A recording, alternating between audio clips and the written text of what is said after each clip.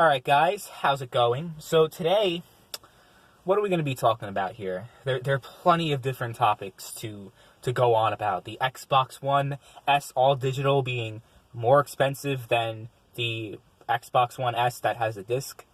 What the hell's going on with that?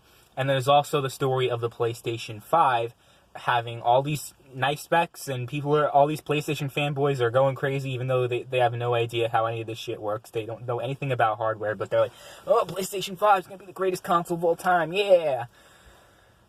And then you also have a lot of people have been going at me because I made a video last year saying about why the PlayStation 5 will be backwards compatible with every PlayStation game.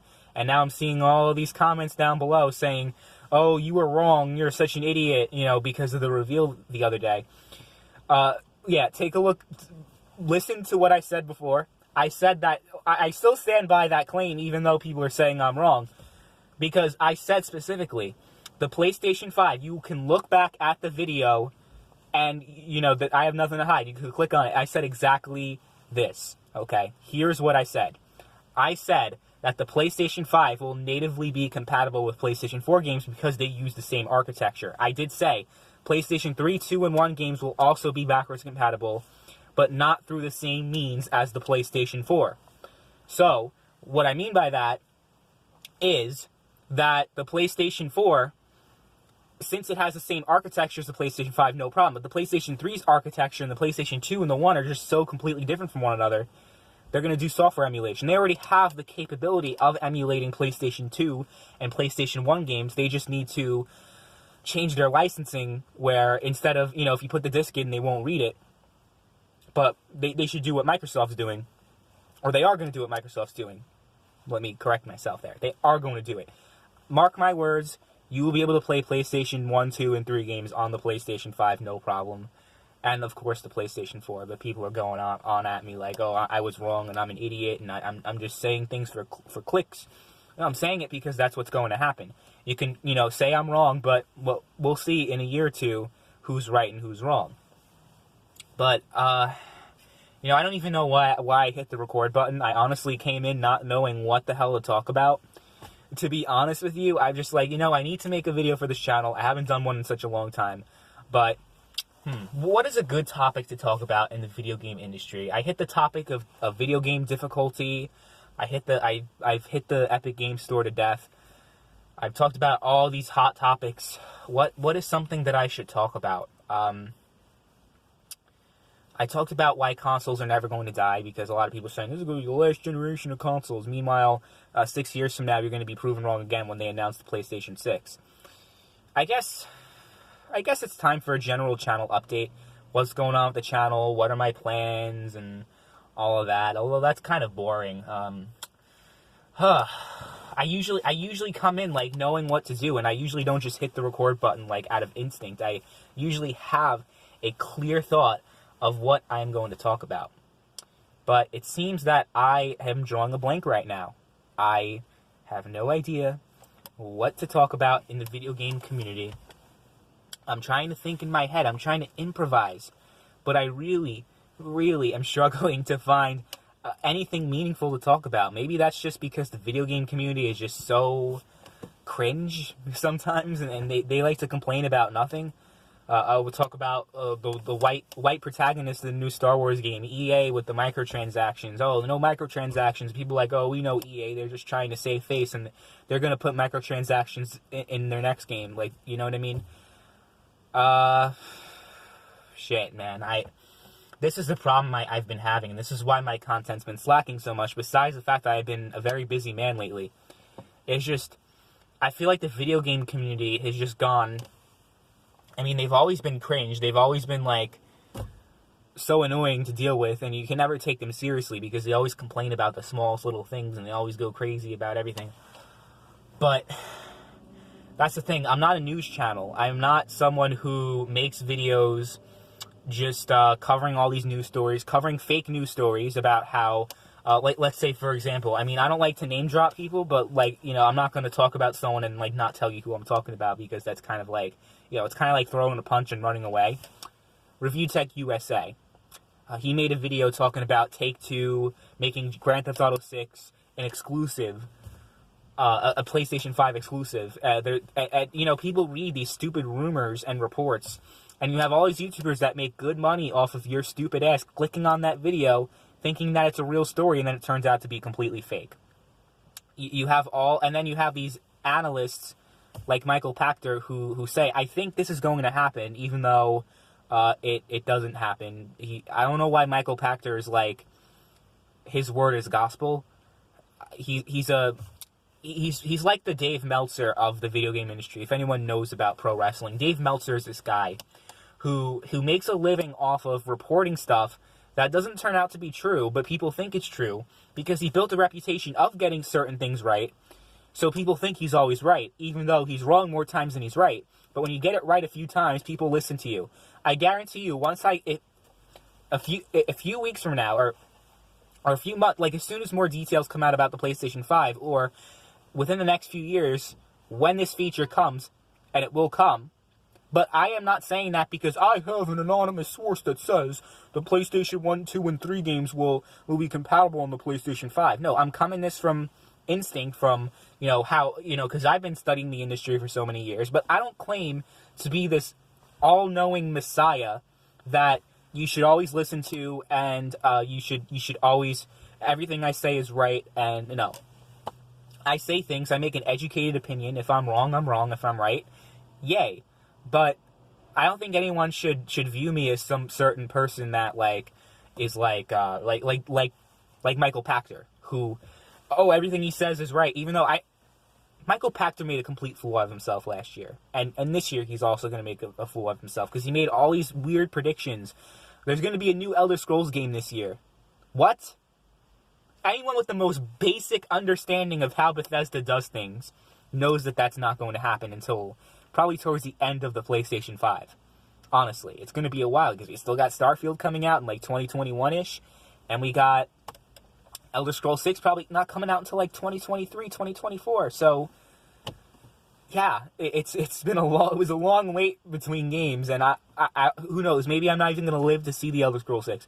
But seriously, Michael Pachter saying that there's going to be a new Elder Scrolls game this year, and people take this guy seriously? You don't need to have even the most basic understanding of the video game industry to know that that's not going to happen. There's no chance in hell that Elder Scrolls 6 is coming out in 2019. He's actually made his prediction every single year.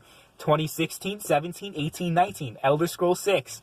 This guy is just literally like a child trying to guess gumballs in a candy jar. Michael Pachter's a total fool. And then you have all these these fake journalists that say, I am a journalist. Meanwhile, all they do is regurgitate articles. And why do we listen to these people? These people talk about how video game journalism is dead and journalists are dead and there's no reason to be a video game journalist or to read these articles from these websites. Meanwhile, they get all their information from these specific websites. So if these websites didn't exist, you wouldn't have a YouTube channel. You wouldn't have a YouTube, because your lazy ass isn't going to go out and do the reporting on your own. You just look at articles that other people wrote and other people created. And you have that little face cam on the side with your little, with your expensive microphone, acting all professional. Look at me, I am a journalist. Even though you don't write anything on your own, you don't have anything interesting to say. You just repeat what other people said and be like, oh yeah, man, that's crazy that EA is doing that or that Activision's doing that. You see why I don't take the video game community so seriously? Because I am a member of so many different circles. There's so many different YouTube communities, these political YouTubers that on both sides, they're both completely stupid. Honestly, I can't think that these people have a single ounce of intelligence.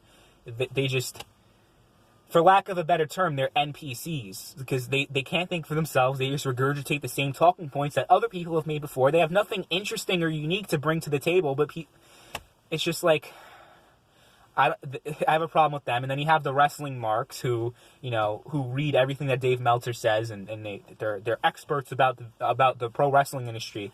Never stepped in the ring, never even met a wrestler, maybe gone to a few shows, but they've watched wrestling but not anything else, and they think we're experts. I know everything about the pro wrestling industry. But I think out of all those fools, out of all those people, I think the video game community has got to be the one where I just, I want to like pull my hair out of my head. Because these people are so annoying, and they have no idea what the hell they're talking about. And they not just that, but like the people who act so, they take video games way too seriously. Way too seriously. Like, if you insult a game, or if you say this game is bad, it's like you were insulting this person's wife or their mother or something. It's like, I really can't stand the video game community. I don't know why. This is why I don't really like do collaborations with people, or or really enthrall myself too much in the community, because these people don't really engage me on an intellectual level. These are just mindless sheep. These are just people that video games are supposed to be fun. They take them way too seriously. Like, if the PlayStation 5 outsells the next Xbox, the Sony fanboys are going to be celebrating like it's a real-life accomplishment that they made on their own. It's kind of like, for lack of for a good comparison would be with sports fans, right? If you're a Yankees fan, for example, and the Yankees win the World Series, we won the World Series. What the hell did you do? Did you swing a bat? Did you run the bases? No, you didn't. I love how these people like to claim that they accomplished something, and they like to associate themselves with a corporation or with an entity that they had no contribution. The only thing you did is give him your money. He didn't accomplish anything. You're a customer. Why are you acting like you're a corporate slave? You have plenty of time in your life to be a corporate slave. Once you get out in the real world, you work for this company that you absolutely despise and this boss that you absolutely hate. But you do it because the money's good. Is Sony and Microsoft and Nintendo, are they paying you? Is Valve paying you? Are these people giving you actual money? The sad thing is that a lot of these people are grown adults. I mean, I'll give children a little pass, because when I was a kid, I used to be like, yeah, PlayStation is the best.